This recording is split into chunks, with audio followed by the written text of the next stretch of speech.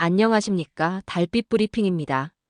오늘은 한국 물류 역사에 남을 초대형 사고라고 불리는 천안 이랜드 패션 물류센터 화재 사건을 다뤄보겠습니다. 사건의 첫 장면은 조용한 새벽이었습니다. 2025년 11월 15일 오전 6시 8분. 아직 해도 뜨기 전 사람들도 출근 전이던 시각. 천안 풍세면에 위치한 거대한 이랜드 물류센터에서 갑작스럽게 화재 신고가 올라옵니다. 이곳은 지하 1층, 지상 4층 규모, 축구장 약 27개가 들어가는 이랜드 전체 물류의 심장과도 같은 곳입니다. 그날 이 건물 안에는 의류와 신발, 무려 1,100만 점에 가까운 재고가 쌓여 있었죠. 불길은 4층 선반 구역에서 처음 시작됐습니다.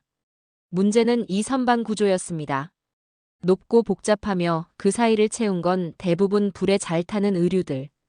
불이 붙자마자 위층과 아래층을 동시에 집어삼켰습니다. 소방대가 도착했을 때는 이미 내부는 지옥처럼 붉게 타오르고 있었습니다.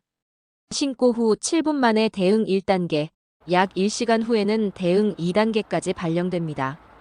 150명이 넘는 소방 인력과 80여 대의 차량이 몰려듭니다.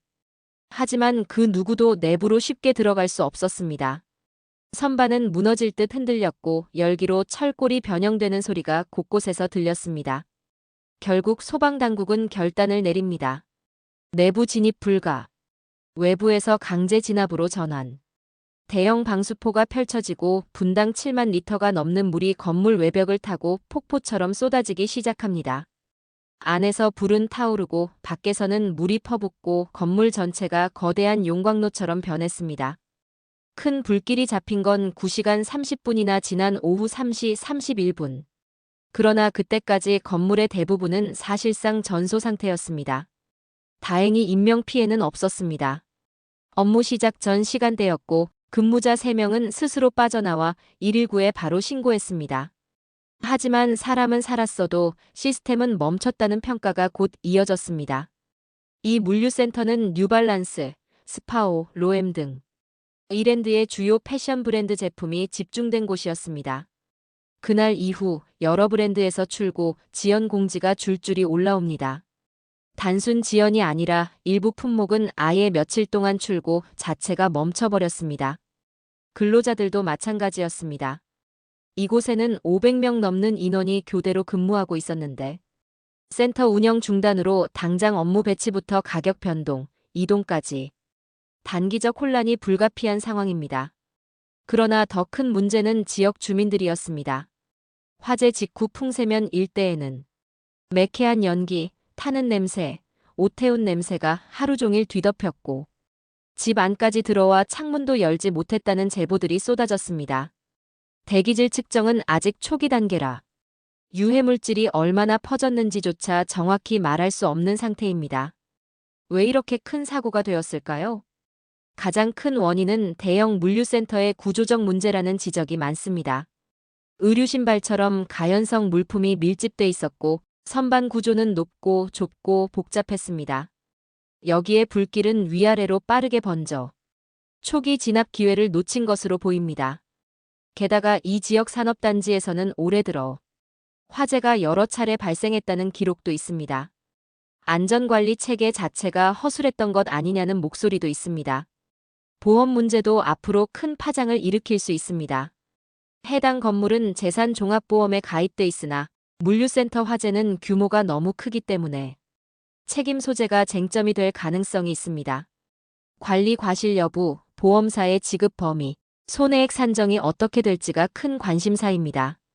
이랜드 그룹은 신속히 입장을 냈습니다. 피해는 크지만 고객 불편을 최소화하겠다. 대체 물류센터를 즉시 가동하고 출고 지연을 줄이기 위해 관계사 시설을 적극 활용할 것. 하지만 업계 전문가들은 연말 대목 시즌에 발생한 사고라 영향은 상당할 것이라고 분석합니다. 연말은 패션업계 1년 매출의 절반이 몰리는 시기. 창고가 멈추면 매출도 멈춥니다. 재고 재배치, 물류비 증가, 긴급 대체 센터 확보 등 기업이 떠안아야 할 비용도 눈덩이처럼 불어날 전망입니다. 더 나아가 산업단지 전체에도 여파가 미쳤습니다.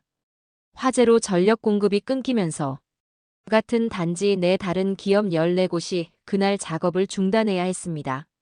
작업 멈춘 만큼의 손실은 고스란히 비용으로 이어지겠죠. 이번 사고는 한 문장으로 요약할 수 있습니다. 창고가 불타자 한국 패션 공급망 핵심이 마비됐다. 이 사건은 우리가 평소 편하게 누리던 하루 배송, 당일 배송 뒤에 얼마나 복잡한 시스템이 존재하는지, 그리고 그것이 얼마나 쉽게 무너질 수 있는지 단적으로 보여주는 사례였습니다. 그리고 무엇보다 앞으로 이런 화재를 막기 위한 제도적 변화가 필요하다는 목소리가 큽니다. 대형 물류센터의 스프링클러 기준, 진입로 확보 문제, 내부 선반 구조, 소방 인프라 확충. 이번 사건은 한국 물류 안전 기준을 완전히 다시 짜야 할 시점임을 보여줬습니다.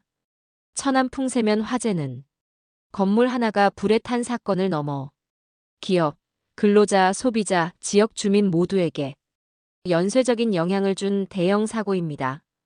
향후 조사 결과가 어떻게 나올지, 기업과 정부가 어떤 조치를 내놓을지 끝까지 지켜봐야 할 필요가 있습니다. 지금까지 달빛 브리핑이었습니다.